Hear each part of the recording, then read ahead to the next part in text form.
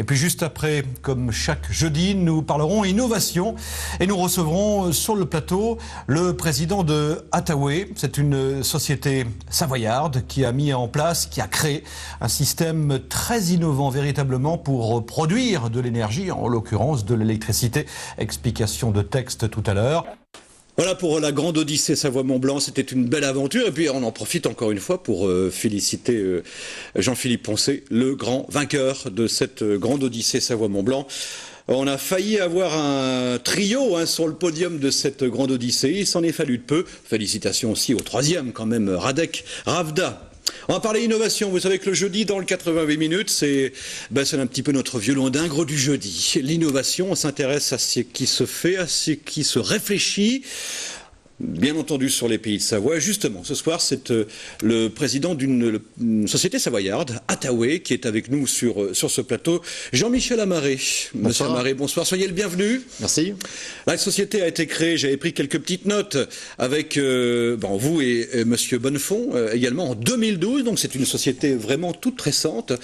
Et le fait qu'elle soit récente ne vous a pas empêché d'arriver avec un produit véritablement abouti qui produit de l'énergie, qui utilise, vous allez le décrire, vous êtes là pour ça, qui utilise les énergies renouvelables pour produire de l'électricité. Bon, là, à la limite, on se dirait assez classique, mais il y a un secret, bien entendu. Comment s'appelle d'ailleurs le produit en lui-même ?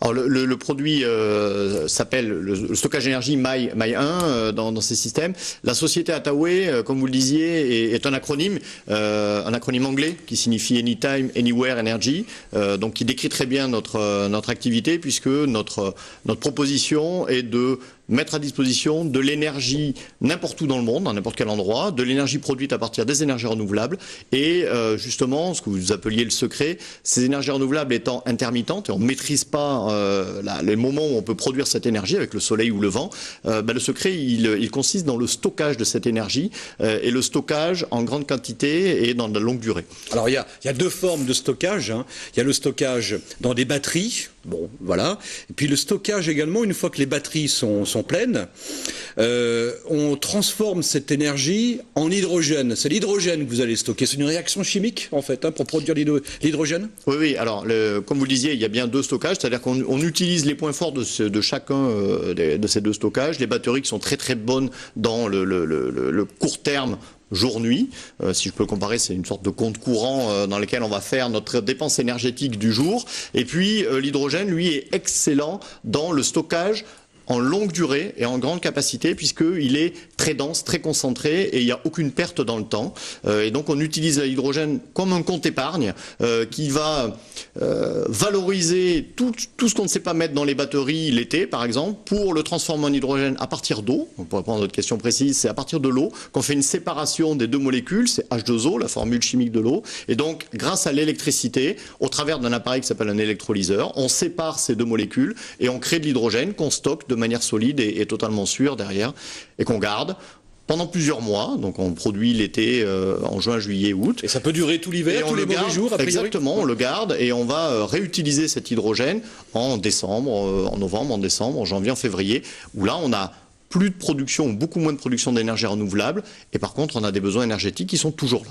Alors on va regarder un graphique ou en tous les cas une représentation de cette innovation. Justement, vous allez nous la décrire avec de chaque côté effectivement la production d'énergie, d'électricité en tous les cas à partir des énergies renouvelables. Oui. Soit c'est l'éolien, soit c'est l'énergie solaire. Et puis le stockage. Ensuite, stockage court terme, c'est des batteries en fait, c'est ça ? Oui, tout à fait. Donc on voit bien à gauche de l'écran le schéma où on part des énergies renouvelables, le solaire, l'éolien, mais aussi du micro-hydraulique qu'on peut trouver notamment quand on est dans des environnements de montagne. Et puis on a bien donc le stockage court terme avec des batteries et puis le stockage long terme à base d'hydrogène où là on va le produire, le stocker de manière solide et ensuite le retransformer avec une pile à combustible, une pile à hydrogène en électricité de nouveau pour le mettre à disposition du site lorsqu'il le souhaite à n'importe quel moment de l'année et sous toutes les latitudes. Alors ça a l'air simple quand vous nous l'expliquez, quand vous nous l'exposez de cette manière-là. J'imagine que en amont la préparation de cette innovation n'a pas dû être aussi simple que cela. Vous avez rencontré des difficultés, vous êtes heurté à quelques écueils ? Comme vous le disiez, on a été créé en septembre 2012, mais par contre le projet a démarré bien avant, puisqu'on sort de 3 ans de R&D pour mettre au point de recherche et développement, tout à fait, pour mettre au point le produit. On a travaillé avec des laboratoires, on a travaillé avec des sociétés qui avancent sur ces sujets très complexes, et nous-mêmes on a conçu le système autour de briques et de technologies hydrogène et de ces intégrations de différents systèmes de stockage et l'interconnexion aux énergies renouvelables pour concevoir un produit qui est totalement packagé, fini et qui sert le besoin du client, puisque ce projet, ce produit est unique et vous pouvez vous l'acheter et vous le positionnez en extérieur, vous produisez de l'énergie et vous avez directement cette énergie qui va être disponible toute l'année, n'importe où. Oui, et ça c'est assez extraordinaire parce que justement, jusqu'ici, la plus grosse difficulté, le plus gros écueil finalement des producteurs d'énergie, c'était comment stocker l'énergie durablement, parce que c'est une énergie volatile, hein, on ne peut pas la retenir. La solution, vous l'avez trouvée, elle est là en fin de compte. Et pas seulement d'ailleurs que pour les endroits un petit peu isolés où il n'y a pas de réseau de production d'électricité. Ça pourrait parfaitement, si la législation le permettait, s'adapter partout en France pour les particuliers. C'est pas une question de législation. Aujourd'hui, le produit est positionné pour les sites isolés, puisque sur un site isolé, c'est là que l'énergie n'est pas disponible. On n'est pas connecté à un réseau électrique. Oui. Et donc, si on veut avoir du développement de l'activité, que ce soit pour y vivre ou pour avoir des systèmes industriels qui fonctionnent, c'est crucial et c'est vital d'avoir cette énergie qui va être garantie, fiable et simple. Vous avez fait des tests, d'ailleurs, justement, in situ ?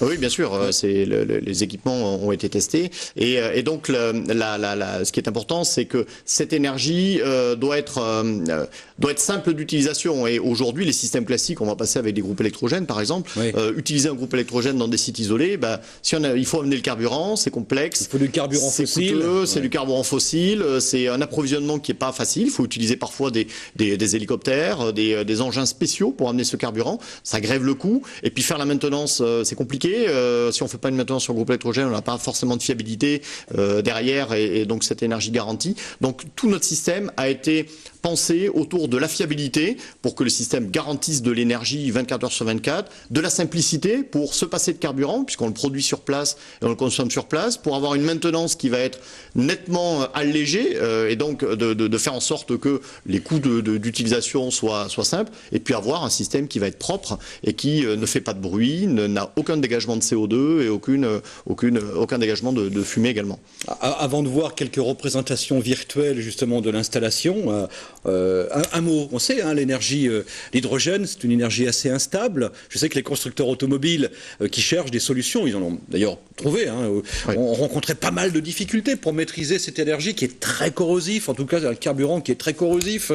Alors le secret de votre réussite de ce point de vue-là ? Vous avez réfléchi à la question de quelle manière ? Oui, il y a différents points. Ce qu'il faut voir, c'est que ce sont des principes qui sont mis en œuvre depuis très longtemps. Hein. L'électrolyse de l'eau, comme je parlais, c'est 1840. Donc on est sur des principes vieux. Mais ce qui était important, c'était non pas de maîtriser le principe, mais c'était de faire en sorte qu'il ait des performances qui lui permettent d'être pertinent.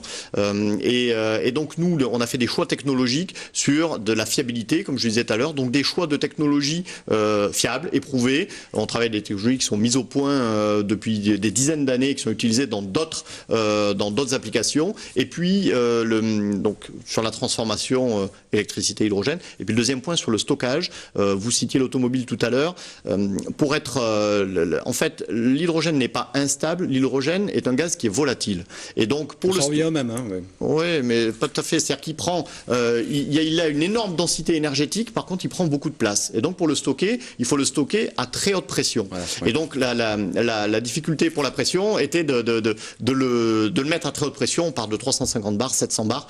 Nous, pour stocker de l'énergie pendant plusieurs mois, on n'a pas fait ces choix-là. On a fait des choix de stockage de manière solide, qui sont beaucoup plus compacts encore que du stockage pression, comme je vous le disais.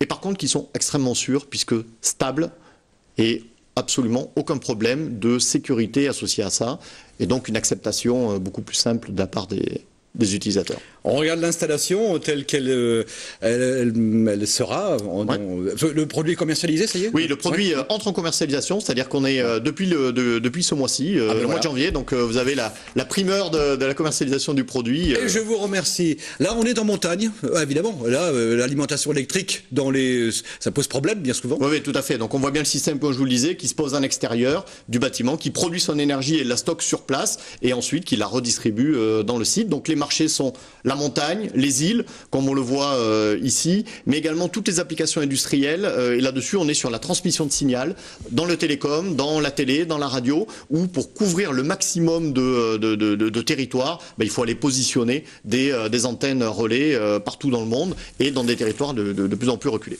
C'est une solution absolument géniale, avec un marché extraordinaire, véritablement, avec cette idée que vous avez eue, cette innovation du stockage de l'énergie, de deux énergies, batterie et puis effectivement hydrogène. On peut parler du coût. Moi, si je veux, dans mon chalet, j'en ai pas, mais en admettant qui n'est pas alimenté par le réseau électrique, si je veux acquérir votre innovation, il me faut que je débourse combien?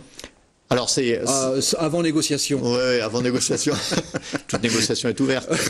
En termes de coût, ce qu'il faut voir, c'est que ce qui était intéressant de prendre en compte, c'est le coût total de possession. C'est-à-dire qu'on a le coût d'investissement, le coût d'exploitation, je le citais tout à l'heure, quand il faut amener du carburant, en fonction c'est compliqué, quand il faut faire la maintenance, plus on est éloigné, plus c'est compliqué. Donc ce coût de l'énergie, aujourd'hui, il est extrêmement variable. Ce que vous pouvez garder en tête, c'est que vous allez avoir un coût total de possession de l'énergie sur le site qui va être divisé par 2 avec nos systèmes par rapport aux systèmes aujourd'hui qui sont proposés par Groupe Électrogène, et donc des retours sur investissement par rapport à votre achat qui vont être situés entre 2 et 7 ans en fonction de l'éloignement. Si vous êtes assez peu éloigné, en retour sur investissement autour de 7 ans. Si vous êtes très éloigné des voies d'approvisionnement classiques, là vous êtes plutôt autour de 2 ans. Très bien. Donc vous ne voulez pas me donner le prix. Mais enfin, j'ai bien compris. C'est pas que je ne veux pas vous le donner, c'est qu'il est extrêmement... Si je vous pose la question, c'est parce que c'est commercialisé. Bon, j'aurais pu aller regarder, mais j'ai rien trouvé sur le prix. Non, puisqu'il y a un point très clair, c'est que tout dépend du lieu où vous allez être. Si vous installez ce produit dans le nord de l'Europe ou si vous l'installez au sud de l'Espagne, la production d'énergie renouvelable ne va pas être la même. Donc votre besoin de stockage d'énergie ne sera pas le même. Donc on est dans une logique où le produit, ça c'est un autre avantage de notre système, est extrêmement modulaire et donc c'est s'adapter à des besoins de stockage faibles ou très importants, et le prix est extrêmement variable en fonction de la situation à laquelle on doit faire face en termes de production mais aussi en termes d'occupation. Bon, allez voir si vous voulez en savoir plus, mesdames et messieurs, sur le site de Attaway, justement, Attaway avec E à la fin. E à la fin. A-T-A-W-E-Y. Oui, vous ne trompez pas, parce que si vous faites Attaway avec le A à la fin, vous n'allez pas trouver. Non, on ne tombera pas sur les mêmes types de sites. Mais en tous les cas, félicitations, parce que je sens qu'on n'a pas fini d'en entendre parler de votre innovation, parce que vous avez trouvé la clé, justement, de cette énergie perpétuelle. Je sais que vous n'aimez pas le terme, mais non. Je l'ai adopté quand même. Merci beaucoup, monsieur Amaré, d'être venu jusqu'à nous. Avec plaisir, merci. Et vous revenez quand vous voulez. Merci beaucoup.